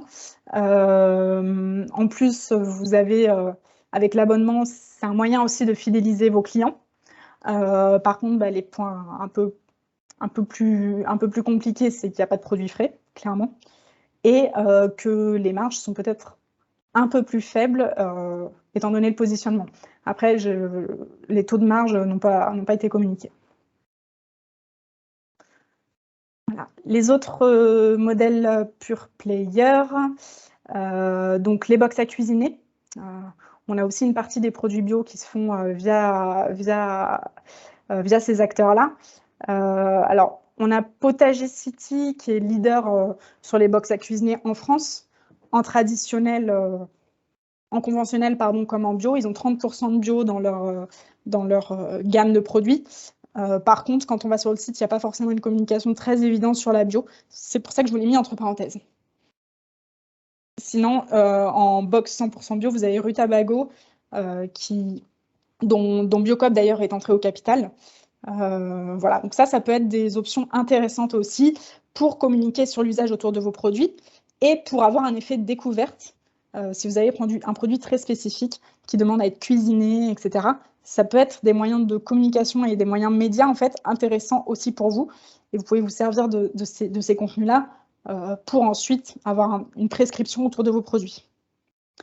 Les moins de ces box à cuisiner, c'est que c'est des formules relativement coûteuses pour les consommateurs, donc vous vous adressez qu'à un certain type de clientèle, et que voilà, l'effet découverte, il faut le faire tenir dans le temps. Donc voilà, mais en tout cas, ça peut être un bon média pour vos produits. Ensuite, dans les 25%, on disait, restants du chiffre bio fait par les pure players, on a des e-commerçants alimentaires, mais qui ne sont pas spécialisés dans le bio. On a par exemple bienmanger.com, qui est une épicerie fine en ligne, qui vend des produits bio. Le Drive tout nu, donc ça c'est un... Je vous ai mis une liste c'est à chaque fois des listes non exhaustives, mais l'idée c'est vraiment d'être le plus représentatif possible. Ensuite, vous avez des sites donc spécialisés dans le vrac, comme le Drive tout nu, dans le sans plastique, comme l'Intendance, ou des sites qui fonctionnent un peu sur le principe de déstockeur et de vente privée, comme VP. Donc ces acteurs-là ne sont pas spécialisés en bio, mais génèrent du chiffre sur la bio en ligne. Et enfin, on a les autres marketplaces qui ne sont pas spécialisés en bio. Les généralistes d'abord. Amazon propose des produits bio, on se l'est dit tout à l'heure, via sa boutique Naturalia. Cdiscount a aussi une boutique dédiée aux produits bio, mais là où il n'y a pas de frais. Et dans ce cas, ils s'appuient sur la gamme Casino, puisque Cdiscount, ça appartient au groupe Casino.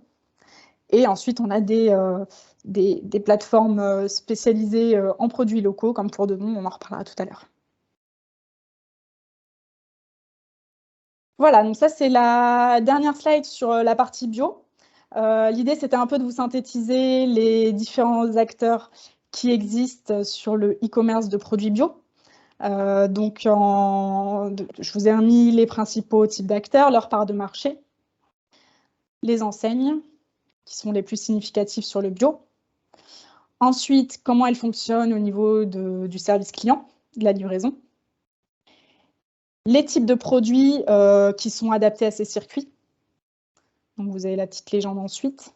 Exemple, on s'est dit, voilà, pour tous les concepts d'abonnement, ils ne font pas de produits frais, mais ils demandent des produits dédiés aux gammes spécialisées, aux magasins spécialisés bio. voilà, c'est une petite matrice qui vous permet en fait de mieux cibler les circuits qui pourraient correspondre à votre entreprise. Et ensuite, je vous ai mis à chaque fois le fonctionnement logistique. Donc, est-ce que c'est eux qui livrent directement au consommateur? Où sont les entrepôts? Voilà, c'est une fiche récapitulative qui vient compléter un peu les différentes informations reprises dans les fiches des acteurs précédemment. Un exemple, si vous faites des produits frais, voilà, les sites d'abonnement ne sont pas adaptés. Si vous voulez, par exemple, si vous avez un produit très spécifique, il ne sera pas pertinent de le travailler sur le Drive, ni sur les systèmes d'abonnement, vu qu'ils sont des assortiments très limités.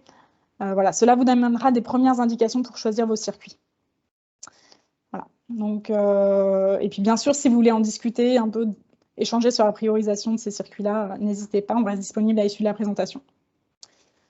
On va finir du coup avec... du coup, je ne sais pas s'il y a des questions ou quoi, on verra ensuite, mais on va enchaîner assez vite, il nous reste une demi-heure sur la partie... sur la partie solutions e-commerce permettant aux producteurs locaux et régionaux de vendre en circuit court en ligne. Donc, quelques données de cadrage dans un premier temps. On le sait, les circuits courts attirent de plus en plus de consommateurs, d'autant plus depuis la crise du Covid. En effet, c'est 2/3 des Français qui déclarent avoir consommé des produits issus de circuits courts en 2020. Les produits les plus achetés en circuit court sont les fruits et légumes, puis le fromage et la viande, et enfin la charcuterie. Ces achats se font majoritairement en point de vente physique, donc à la ferme, magasins de producteurs, sur les marchés, chez les artisans, mais aussi en ligne à 16%. C'est bien ça qu'on va traiter aujourd'hui. Les enjeux et les questions à se poser quand vous êtes producteur, si vous voulez vendre en ligne en circuit court, c'est de trouver une solution adaptée à votre besoin, votre fonctionnement et vos ressources, qu'elles soient logistiques, marketing ou humaines. Finalement, c'est de se demander quel degré d'investissement je peux accorder à la gestion de ma vente en ligne. Est-ce que je souhaite gérer ma boutique en ligne moi-même ou est-ce que je préfère avoir une solution clé en main? Ça, c'est des questions importantes à se poser avant de...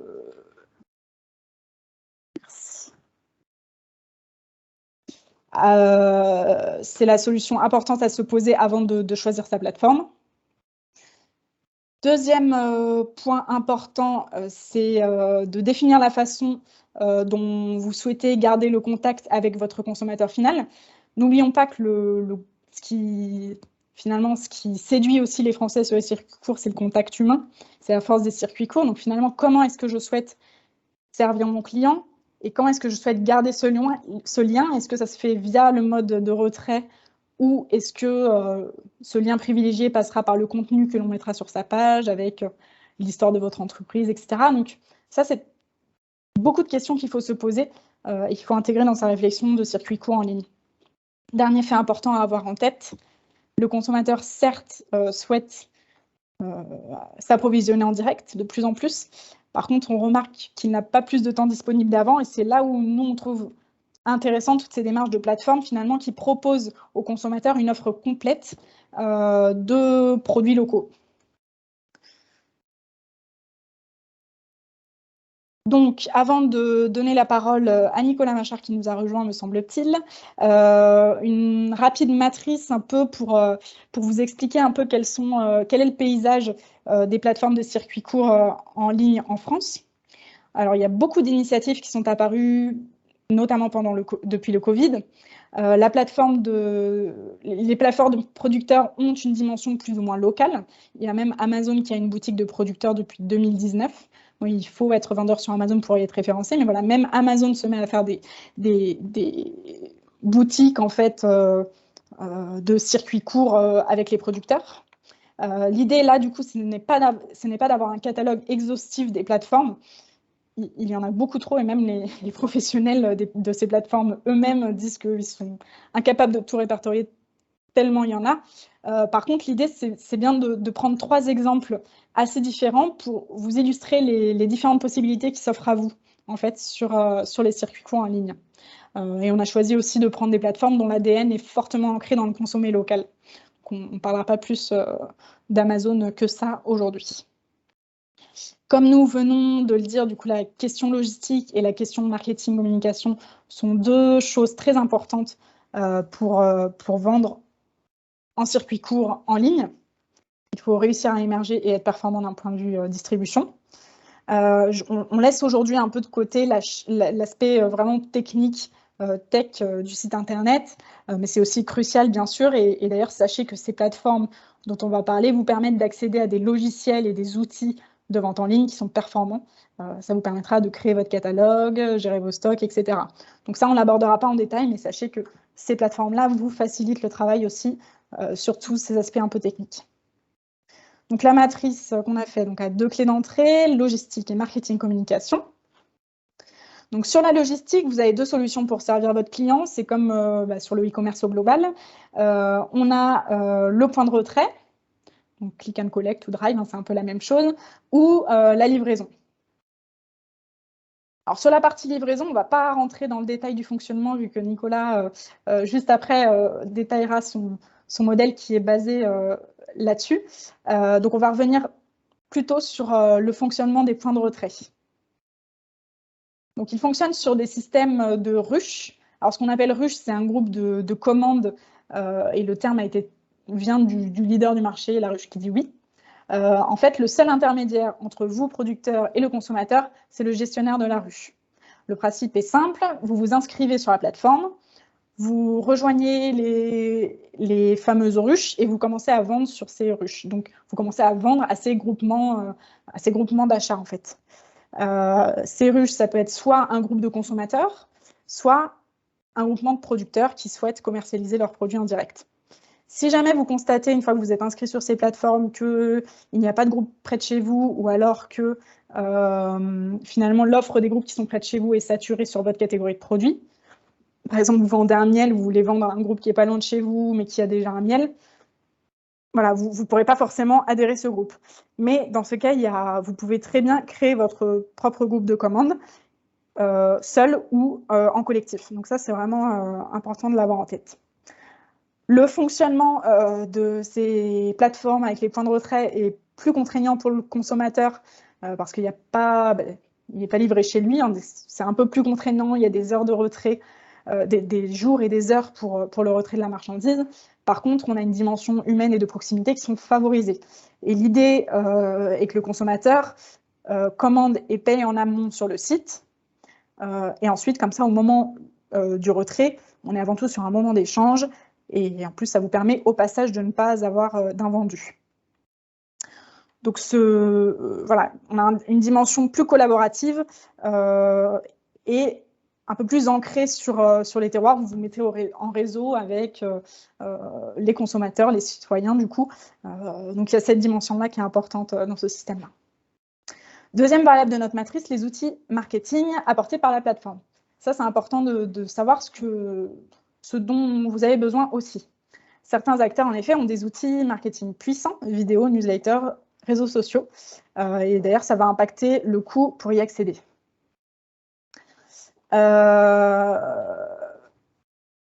On va positionner du coup des acteurs sur cette matrice et essayer de comprendre quelles sont leurs spécificités. Donc j'ai choisi 3 acteurs, c'est pas exhaustif, mais en fait j'ai choisi vraiment les plateformes B2C qui comptent aujourd'hui le plus grand nombre de clients, le plus grand nombre de consommateurs. Donc La Ruche qui dit oui, on a 800 000 utilisateurs.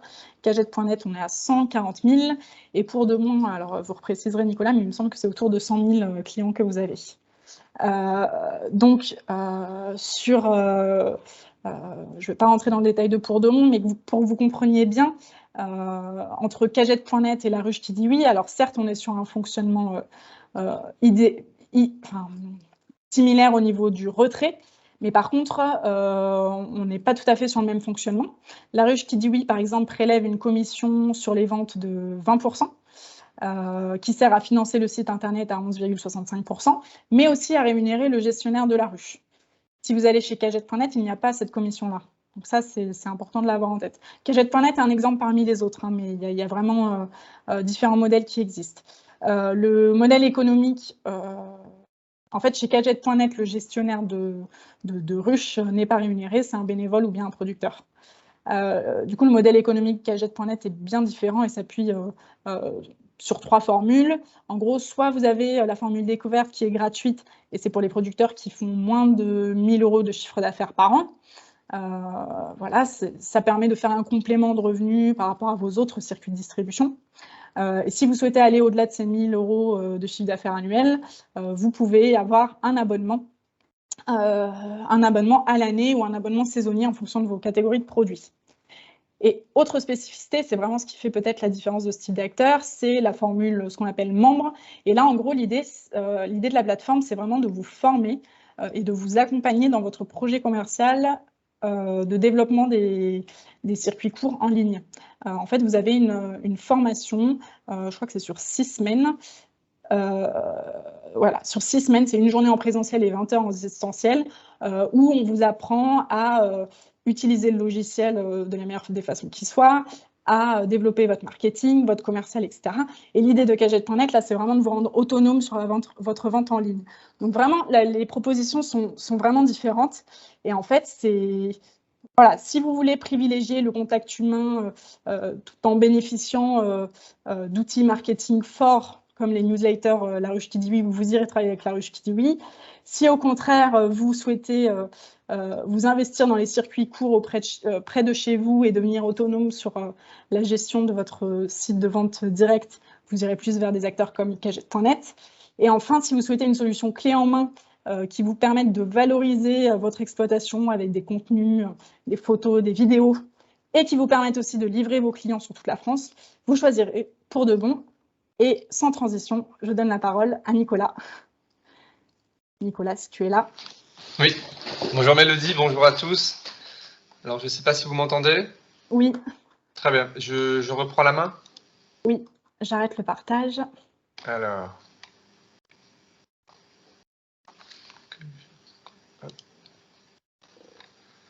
Alors, vous allez me dire si vous voyez quelque chose. Oui. Hop. C'est bon, alors moi je ne vous vois plus, donc vous me dites si vous voyez bien la présentation. On voit très bien. Très bien. Alors bonjour à tous. Merci Mélodie de me recevoir et de m'accorder ce petit temps de parole. Donc, je vais essayer d'aller vite pour vous présenter la plateforme et rentrer dans les détails aussi sur la manière dont on opère une boutique sur Pour de Bon. Donc Pour de Bon, en fait, c'est né alors Pour de Bon, une plateforme qui permet de mettre en relation directe les meilleurs producteurs et artisans de France avec le consommateur final. On est né en fait d'une rencontre que j'ai effectuée en décembre 2014 avec les équipes dirigeantes de Chronopost qui avaient cette idée de se lancer dans le transport alimentaire avec Chronofresh. Et de nos échanges est née l'idée de créer une place de marché qui permettrait d'aider Chronofresh à se développer. Et donc en fait l'équipe de Chronopost me confie ce projet de créer cette place de marché de toutes pièces et me demande de lui trouver un partenaire que je trouve en 2016, au moment où la plateforme était finalisée, et qui s'appelle Webedia. Webedia étant un groupe du digital qui permet d'apporter en fait toute cette complémentarité communication digitale, animation des communautés, notamment au travers de deux marques très fortes que sont 750 grammes, qui est un site de recettes, qui est le numéro 2 en France, avec plusieurs millions de visiteurs par mois, et l'Académie du goût, qui est en fait une association avec Alain Ducasse, et Webedia autour de la création de recettes en vidéo et des recettes de chefs. Voilà, donc je vous passe la vidéo, je vous laisserai la regarder plus tard. Rapidement, on est une équipe de 15 personnes, je ne vais pas rentrer dans les détails, mais on est équilibré entre une équipe commerciale qui va recruter des producteurs, une équipe IT qui va s'occuper du développement informatique, et puis tout l'accompagnement client, donc on a 3 personnes au service client, qui s'occupent d'accompagner à la fois nos producteurs dans l'embarquement, mais aussi nos acheteurs dans leurs commandes en ligne.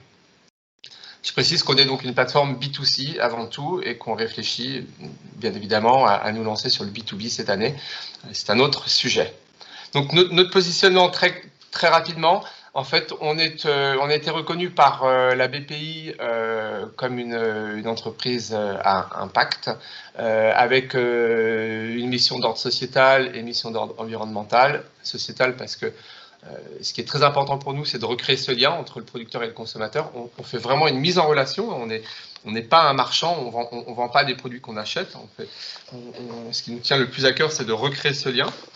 On permet aussi à des consommateurs de retrouver du goût, le vrai goût de nos terroirs. Et tout ça dans la transparence et la confiance, puisque vous verrez, je vous le montrerai tout à l'heure, tout est montré sur le site. Donc ça va de la vidéo quand on a la possibilité d'aller sur les exploitations, à la définition de comment le produit comment l'animal a pu être élevé, où est-ce qu'il était abattu, sur les produits de la mer, comment est-ce qu'ils ont été pêchés, etc. On apporte une transparence totale sur l'origine des produits. Mission environnementale aussi, parce qu'en fait, on privilégie et on valorise les meilleures techniques de production, d'où ce filtre en fait à l'entrée, sur lequel on pourra revenir après. Et on assure une logistique optimisée, puisque le métier de Pour de Bon, c'est aussi d'accompagner sur toute la prestation logistique nos producteurs. Et ça, on le fait avec ChronoFresh, qui est engagé dans une démarche totale zéro, donc avec rachat de leurs émissions carbone. Mais au-delà de cette démarche-là, il faut comprendre que notre transporteur a cette capacité à optimiser ses tournées de collecte et de livraison. C'est qu'aucun de nos véhicules qui transportent les produits de nos producteurs ne circule à vide. Ils sont complètement, ils sont remplis de la manière la plus optimisée possible. Je vous ai mis un petit verbatim en bas sur ce que pense un de nos producteurs, mais je pense que ça rejoint quand même. Je pense qu'il y a une espèce de consensus. Je pense que la majeure partie de nos producteurs sont très contents du service qu'on leur apporte.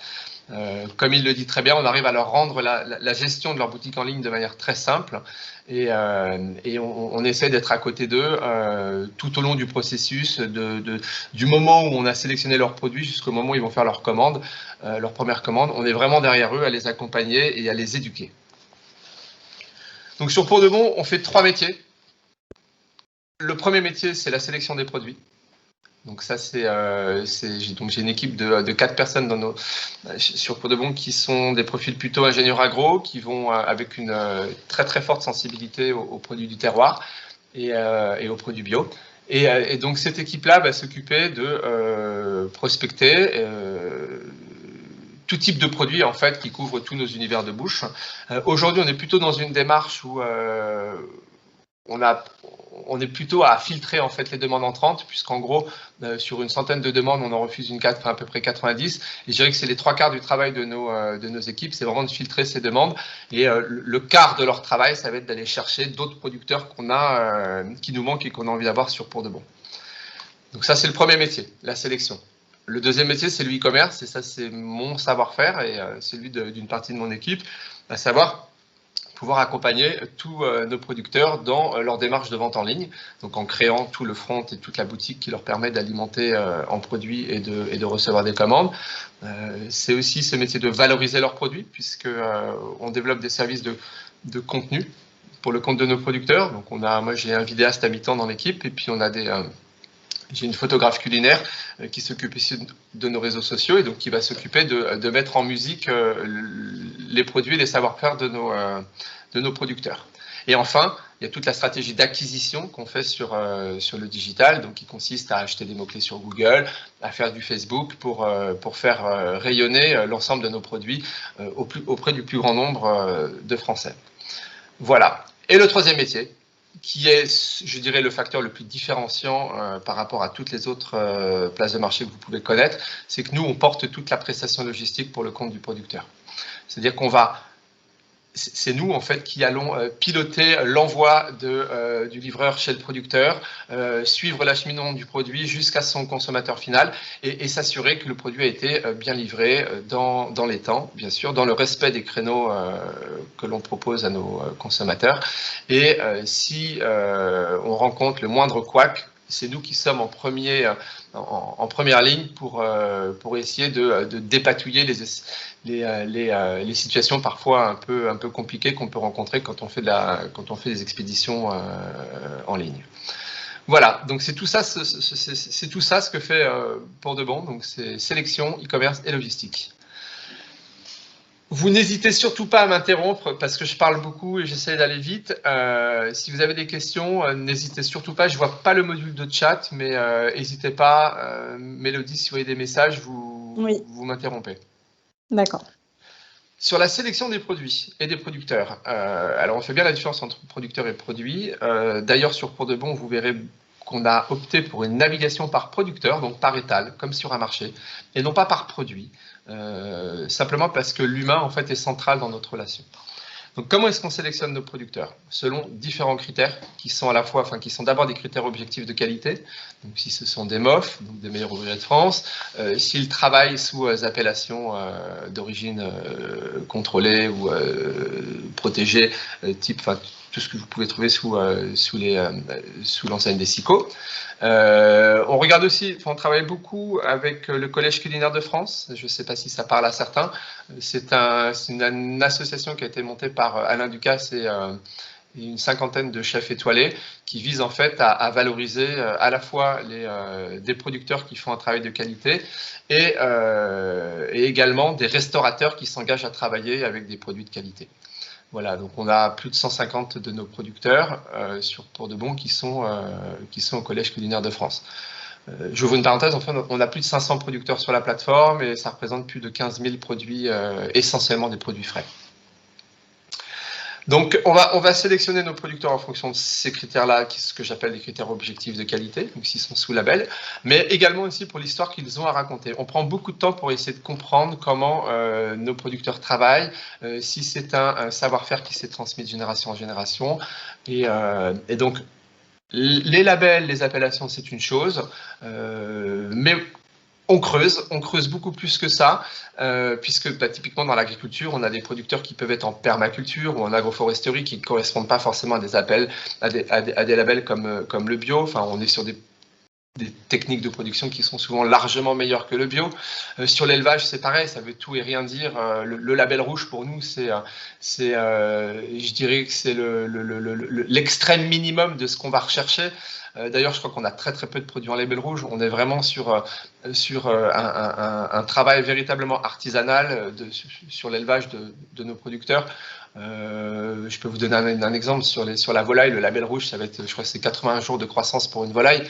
Nous, en moyenne, on est plutôt sur 130 voire 150 jours de croissance pour de la volaille.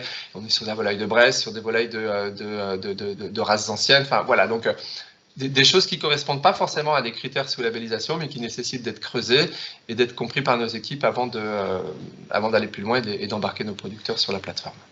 Voilà, bien entendu, il faut que ce soit donc des producteurs qui soient capables de vendre en circuit court, qui ne soient pas des gros producteurs, parce qu'on s'intéresse plutôt à des petits producteurs. L'idée, c'est quand même d'aider les petits plutôt que les gros, parce que les gros, souvent, s'en sortent assez facilement tout seuls. Alors, qu'est-ce qu'un petit, qu'est-ce qu'un gros producteur ? La barre, on l'a fixée plutôt à peu près à 20 millions d'euros de chiffre d'affaires. Pour moi, 20 millions d'euros de chiffre d'affaires, c'est un très gros petit producteur.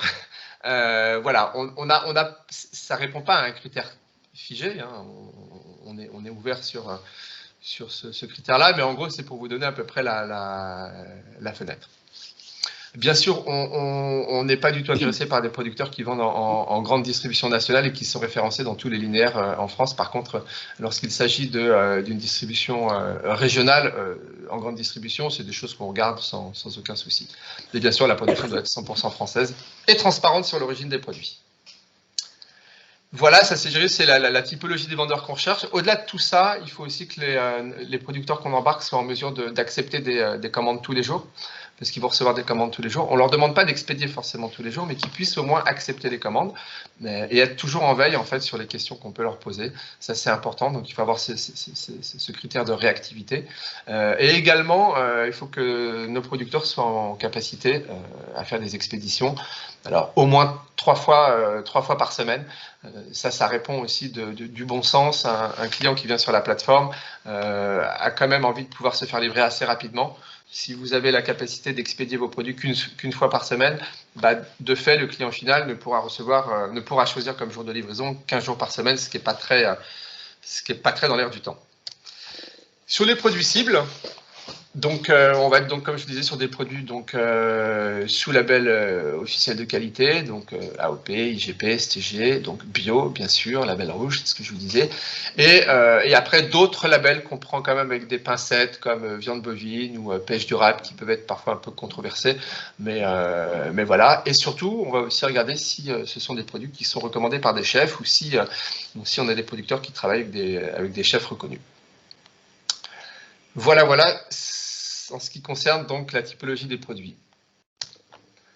Donc pour résumer, l'offre que l'on apporte aux producteurs, c'est un service totalement clé en main qui va leur permettre donc de commercialiser et valoriser leurs produits. Donc par l'apport d'une boutique en ligne. Donc cette boutique, je vais vous la présenter juste après. Donc là, on vous accompagne sur la rédaction des descriptifs de vos produits, sur la qualité des photos. Si les photos ne sont pas assez belles, on va vous proposer de vous accompagner sur cet angle-là. Voilà, et puis on va s'occuper après on a toute une phase en fait d'onboarding, d'embarquement, où dès que vous ouvrez votre boutique chez nous, vous allez bénéficier d'une visibilité sur la newsletter de Pour de Bon, qui est shootée à plus de 120 000 personnes actifs. On va également vous mettre en avant sur nos réseaux sociaux. Sur Facebook, on a plus de 100 000 personnes qui nous suivent, sur Instagram, etc. Et après, tout au long de l'année, en fait, on va réfléchir à la création de contenu ensemble. Ça peut passer par l'organisation de jeux concours sur nos réseaux sociaux pour parler de vos produits. Ça peut passer par la réalisation de recettes. Donc Marine, dans notre équipe, se fera un plaisir de cuisiner vos produits et de les mettre en valeur et puis de les mettre ensuite de les diffuser sur Instagram, Facebook et TikTok, puisqu'on commence à regarder de près ce réseau social. Voilà, et tout ça, combien ça coûte? Ben, écoutez, c'est très simple. Ici, vous avez un petit camembert qui est visible aussi sur le site, qui vous montre en fait que sur un produit vendu 100, en fait, on redistribue donc 70% de la valeur. Et ensuite, la répartition des coûts se fait ainsi. On a à peu près, plus de la moitié, ça c'est notre chiffre d'affaires, hein, les 15%, enfin toute la partie droite que vous voyez ici, c'est le chiffre d'affaires de Pour de Bon. On a plus de la moitié de notre chiffre d'affaires qui va passer donc dans les frais de transport, donc qu'on va porter pour le compte du producteur. Et ensuite, ce sont des frais purement techniques, la masse salariale et puis un peu de marketing, bien sûr, pour faire parler de Pour de Bon et valoriser l'ensemble des produits de nos producteurs. Donc combien ça coûte? En fait, il n'y a aucun frais d'engagement sur Pour de Bon, donc il n'y a pas de frais d'abonnement, rien. À partir du moment où vous embarquez chez nous, donc pas de frais mensuels. Et à chaque fois que vous avez des commandes, en fait, on vous prend 25% de commission hors taxe sur le montant TTC. C'est vous qui définissez votre prix. Bien entendu, on n'attend pas que nos producteurs appliquent un markup de 25% sur leur prix public, parce que ça n'aurait aucun sens, puis déjà ça ne serait pas reconnaître la valeur que Pour de Bon apporte. Mais ce qu'on demande en fait, c'est que globalement, il y a une parité tarifaire entre le coût sur Pour de Bon avec la livraison et le coût sur le site du producteur, si le producteur a un site internet, parce que ce n'est pas toujours le cas, avec la livraison incluse. Donc on regarde vraiment le coût dans sa globalité, c'est le prix du produit et ses coûts de livraison. Il faut qu'on soit ISO entre le producteur et entre le site du producteur, s'il en a un, encore une fois, et Pour de Bon. Voilà ce que je peux dire sur notre modèle économique. Ce que je propose, c'est peut-être de vous montrer plus précisément à quoi ressemble une boutique. Alors, attendez. Hop. Oui. Et après, on finira par le partenariat qu'on a mis en place pour 2022, rapidement. D'accord. Vous voyez là l'écran? Enfin, je sais, oui. comme... D'accord, là vous êtes. Alors là, je vous ai montré un exemple. Bon, je suis sur Pour de Bon, je suis sur la boutique d'un de nos producteurs, donc la ferme de Plainefage, qui, alors j'ai pris cet exemple parce que c'est un producteur qui nous suit depuis quasiment le début de l'aventure, qui marche très fort chez nous, donc qui est au Collège culinaire de France, vous voyez son logo, et qui est également Paris Fermier, donc il participe au salon de producteurs fermiers partout en France. Donc ici, qu'est-ce que vous voyez? Ça, c'est la boutique. Comment elle s'agence? Vous avez le médaillon ici qui représente l'équipe. Alors j'ai un autre exemple ici, je pense, voilà, sur un autre boutique, on voit peut-être un peu mieux la tête. Là, l'idée, c'est vraiment d'être toujours sur l'humain. Je refuse la présence de logo, parce que parfois on a des producteurs qui veulent nous mettre leur logo. En fait, sur Pour de Bon, on vend pas du marketing, on vend avant tout du savoir-faire et de l'humain. Donc ici, vous avez le médaillon du producteur, vous avez ses notes ici.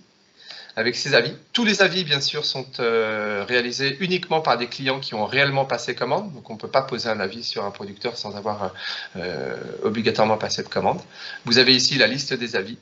Donc, vous pouvez lire tous les avis de chacun de nos producteurs. Tout est visible. Vous avez ici aussi toutes les informations administratives liées à la ferme. Vous voyez aussi toutes les ventes qu'il a pu réaliser, depuis quand il est inscrit. Enfin, voilà, la transparence totale. Donc là, vous êtes sur la boutique. Ici, vous avez l'exemple d'une vidéo que nous avons réalisée d'ailleurs pour eux. Je peux la passer rapidement, mais vous allez voir que... je ne sais pas si ça lag un peu. Bon, je pense qu'avec la... Je vous laisserai la regarder. Enfin, vous pourrez regarder, vous promener sur Pour de Bon pour voir l'ensemble des vidéos qu'on a réalisées. Donc ici, vous avez la description du producteur qui a été un peu tronquée parce qu'elle est un peu longue, mais pour voir plus, vous cliquez ici. Et là, vous avez toute l'histoire du producteur. Ça, c'est vous, en tant que producteur, qui le contribuez. Vous avez un espace que je vous montrerai tout à l'heure qui vous permet de remplir, de renseigner en fait toute votre histoire, qui vous êtes, comment vous travaillez, quelles sont les techniques utilisées, etc. Ici, vous verrez aussi qu'il est inscrit les jours où vous êtes en capacité d'expédier, enfin de livrer en l'occurrence. Donc là, vous voyez, ce producteur-là, il peut livrer le mardi, le mercredi, le jeudi, le vendredi chez tous les Français de France et de Navarre. Et ensuite, vous avez donc l'ensemble de ces produits qui sont donc ce qu'on appelle en one page. Donc, vous avez tout référencé sur une même page.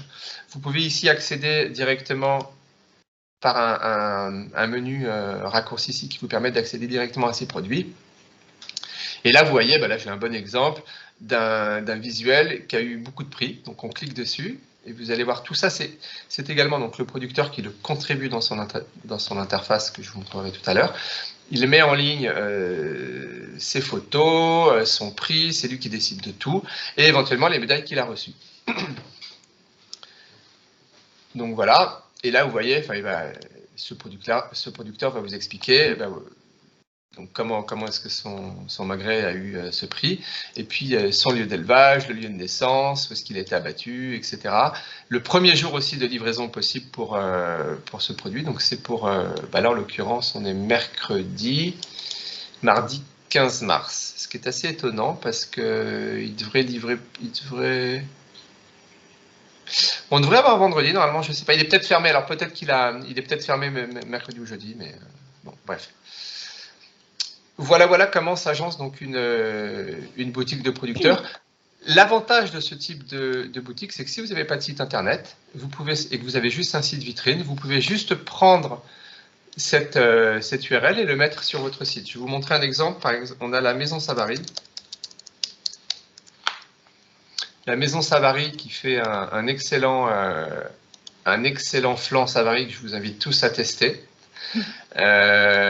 Qui lui a son site internet, il raconte toute son histoire sur son site internet, et si vous les commandez en ligne ici, en fait vous arrivez directement sur sa boutique chez nous, donc sa boutique sur Pour de Bon avec ses produits. Donc quand vous avez un site internet qui n'est pas e-commerce, vous avez la possibilité donc de bénéficier de cette vitrine e-commerce que vous pouvez lier directement sur votre site. Voilà, je vous montre rapidement en quoi ressemble l'interface qui vous permet de remplir tous vos produits. Elle est un peu lourde, mais je vous ai juste montré ici donc, à quoi ressemble cette interface. Donc, vous accédez via un login à mot de passe. Au préalable, vous avez donné bien sûr toute une liste de documents administratifs qui vous permet de montrer patte blanche. Et notamment, il vous faut un cabis, les statuts de la société, la carte d'identité du patron de la société en question. Et puis, une fois que tous ces produits, toute cette démarche administrative est remplie et que vous avez renseigné vos premiers éléments de contexte, donc qui vous êtes, etc., vous pouvez commencer à créer vos produits. Pour créer vos produits, vous avez donc cette interface-là qui, en un clic, vous cliquez ici et après, ça va vous permettre, vous allez choisir la catégorie dans laquelle vous voulez vendre vos produits, donc mettons que ce soit la charcuterie. Et tout simplement, là, on va vous demander, donc en charcuterie, qu'est-ce que c'est? Mettons que vous vendez de la tripe. Et là, vous avez donc toute une interface qui vous permet de renseigner vos produits. C'est un petit peu laborieux, mais une fois que c'est fait, c'est fait, il n'y a plus à revenir dessus. En revanche, si vous avez beaucoup de produits, ce qui arrive pour certains, là, dans ces cas-là, on vous fournit un fichier Excel sur lequel vous allez renseigner l'ensemble de vos produits dans ce fichier Excel, que vous nous renvoyez et que nous allons nous occuper de charger pour vous. Et après, une fois que vos produits sont tous chargés sur la plateforme, avant même de les rendre visibles aux yeux de tout le monde, on va faire une pré-vérification ensemble. Et puis, si tout est bon, on ouvre tout ça aux consommateurs. Aujourd'hui, pour de bon, c'est près de 600 000 visiteurs par mois. Donc, et c'est, comme je disais, plus de 120 000 abonnés à la newsletter. Donc, ça veut dire qu'au moment où vous lancez sur Pour de Bon, vous allez voir sur la homepage ici. Donc, quand on arrive sur la homepage, juste un peu plus bas, vous avez à chaque fois les nouveaux producteurs qui sont à la une. Donc, vous allez bénéficier mécaniquement d'une mise en avant automatique sur la homepage de Pour de Bon. Quand vous mettez à jour vos produits, c'est pareil. Les tout derniers produits que vous mettez à jour sur le site arrivent aussi ici. Voilà. Donc, première visibilité que vous allez avoir, c'est elle est naturellement effectuée par la homepage. Et ensuite, on va vous mettre en avant dans des opérations. Ici, on fait des opérations de mise en avant chaque semaine, mais également sur nos réseaux sociaux. Alors, je peux vous montrer rapidement sur Facebook le type d'opération qu'on peut être amené à faire.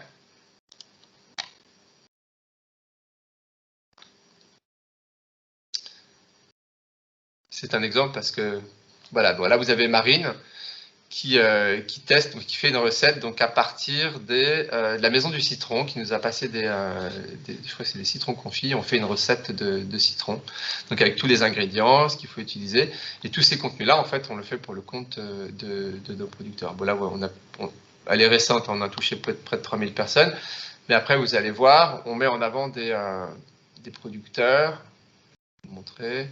Là, on parle de la sève de bouleau. Vous voyez, on a une capacité quand même de frappe qui est pas négligeable sur ce type de contenu. Vous voyez, typiquement, c'est sur la sève de bouleau. Je crois qu'on a dû mettre en avant 2 de nos producteurs qui font de la sève de bouleau.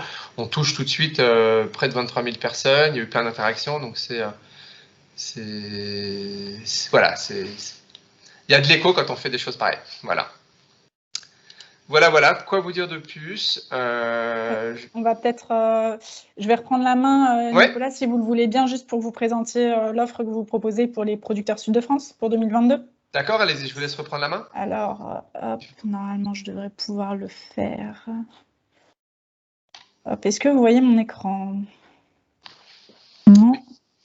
Si, vous voyez mon écran? Oui, c'est bon pour nous. Hop, donc je vous laisse commenter.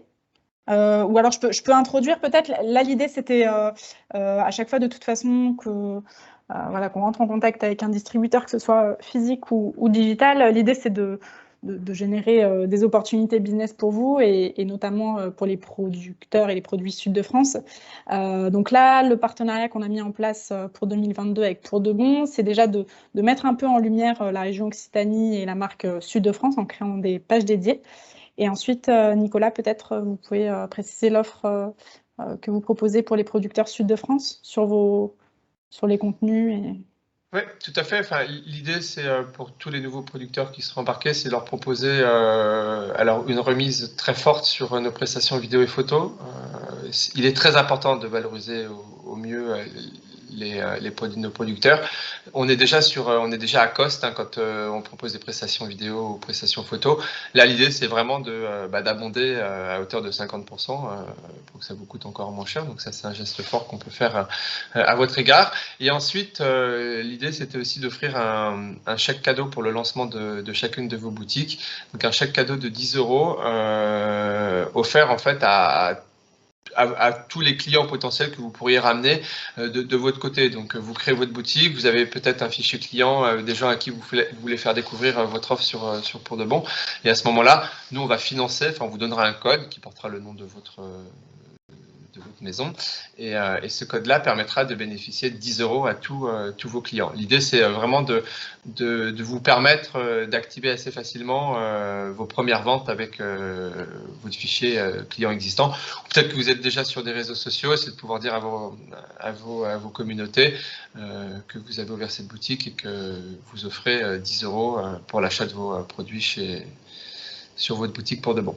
Voilà, et tout ça, c'est financé par Pour de Bon. Très bien. Donc, et bien sûr, oui. et puis bien sûr, les pages en question là dont vous parlez, on les relaiera toujours par les mêmes mécaniques, par le biais de nos réseaux sociaux. On les mettra aussi en avant sur dans nos menus, déjà en accès direct, et puis sur nos newsletters, etc., etc. Très bien. Ben, merci beaucoup, Nicolas. C'était très instructif.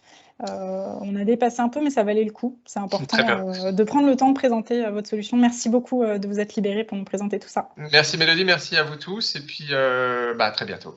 Merci, à très bientôt. Et surtout, à tous les participants, n'hésitez pas à nous écrire en direct ensuite si vous êtes intéressés justement pour créer une boutique sur Pour de Bon. Dernière slide et après je vous libère. Allez, on dira qu'on aura dépassé 10 minutes. Au-delà du partenariat 2022 qu'on a avec Pour de Bon, on a aussi un autre partenariat e-commerce en France avec bienmanger.com. Là, on est sur l'année 2 de ce partenariat. Pour rappel, on avait commencé ce partenariat fin 2020. Rapide retour sur ce qu'on avait fait en 2021. Donc, on avait créé également une page Occitanie, une page Sud-de-France qui sont parmi les plus fréquentées des pages régionales. On avait également convenu de créer 50 nouvelles références Sud-de-France. Alors là, je précise bien que nous, si vous voulez, on négocie le principe. Après, le distributeur, lui, reste maître des produits qu'il choisit. Donc, il n'y a vraiment pas, voilà, entre guillemets, on n'a pas du tout la main là-dessus. Mais en tout cas, on a pu référencer 50 nouvelles références Sud-de-France. Et c'est au total 35 entreprises qui ont bénéficié de ce levier assortiment. En termes de vente, on a le chiffre de la page Occitanie qui a été multiplié par 2 depuis qu'on travaille, qu'on est rentré en relation avec bienmanger.com, donc c'est plutôt très positif. Et le chiffre d'affaires des produits Sud-de-France sur le total Occitanie a augmenté aussi pour atteindre quasiment 20%. Voilà, ça c'est pour, on va dire, les ventes fonds de rayon, comme on pourrait dire. Ensuite, on a aussi co-développé et commercialisé des paniers gourmands. Ici encore, on propose le concept, mais après, le choix des produits revient à bien manger. Nous, la seule exigence qu'on a, c'est que ce soit des produits Sud-de-France pour que ça rentre dans notre concept Sud-de-France. Donc, voilà. Des coffrets qui ont très bien fonctionné. En 2022, on va repartir sur le même type de partenariat avec la création de 50 nouveaux produits supplémentaires, la commercialisation de 2 coffrets et la mise en place d'actions de communication autour de la marque Sud-de-France, toujours. Voilà, donc de la même façon, n'hésitez pas. Si vous avez plus de questions, de toute façon, comme vous l'a dit Julie en introduction, nous allons vous communiquer le support de présentation. Vous aurez accès au replay dans les jours, semaines qui viennent. On vous le fera suivre dès que possible. Et puis après, on reste à votre disposition si vous souhaitez échanger de façon individuelle sur votre approche du e-commerce. Voilà, j'espère que tout ça vous a plu, a répondu à vos attentes. Je ne sais pas s'il y a des questions. Alors Nicolas, je ne sais pas si vous êtes encore là, mais il y avait une requête sur... Je suis là encore. Voilà. Je ne sais pas si vous avez vu dans le chat, il y avait une requête sur le pastis gascon. Ah oui, voilà, j'ai vu, oui, tout à fait. Voilà. Donc, il n'y avait pas d'autres questions particulières, il me semble. Eh bien, écoutez, très bien. Mettons-nous en relation. Vous avez, Mélodie, de toute façon, vous allez partager cette présentation. Il y a mes coordonnées, je crois, oui, dedans. Donc, oui. Donc, sans aucun souci, je vous mettrai moi en contact avec, en relation avec mes équipes. Très bien. Merci beaucoup. Je vois qu'il y a une question pour participer au panier Sud-de-France.